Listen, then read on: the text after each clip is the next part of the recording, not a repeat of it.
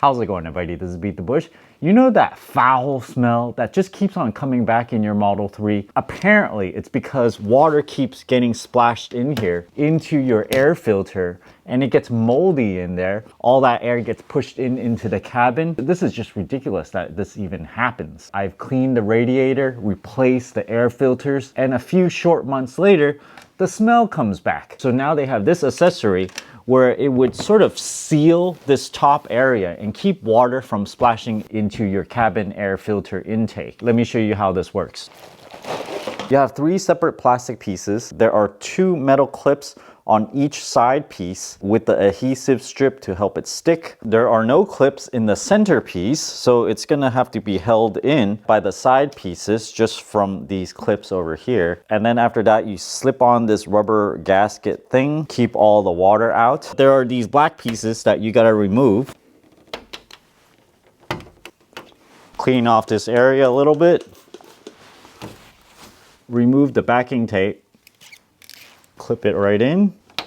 I removed the backing tape on the second piece. Stick on the middle piece before you stick on the side piece. Remove the backing on the last one.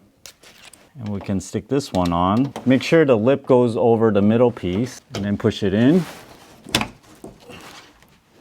And then we stick the grommet thing through this channel. Slide it all the way through. There's a direction to this. It's supposed to go this way because when you close it, it acts more like a curtain, so you can splash water on here and it'll fall right down, rather than a seal that sits on top. It actually sits on this surface, not sitting right on top. All the rainwater can splash as much as possible and it won't get onto this surface here and have water go into the cabin air intake. In mine, there's actually an extra piece over here.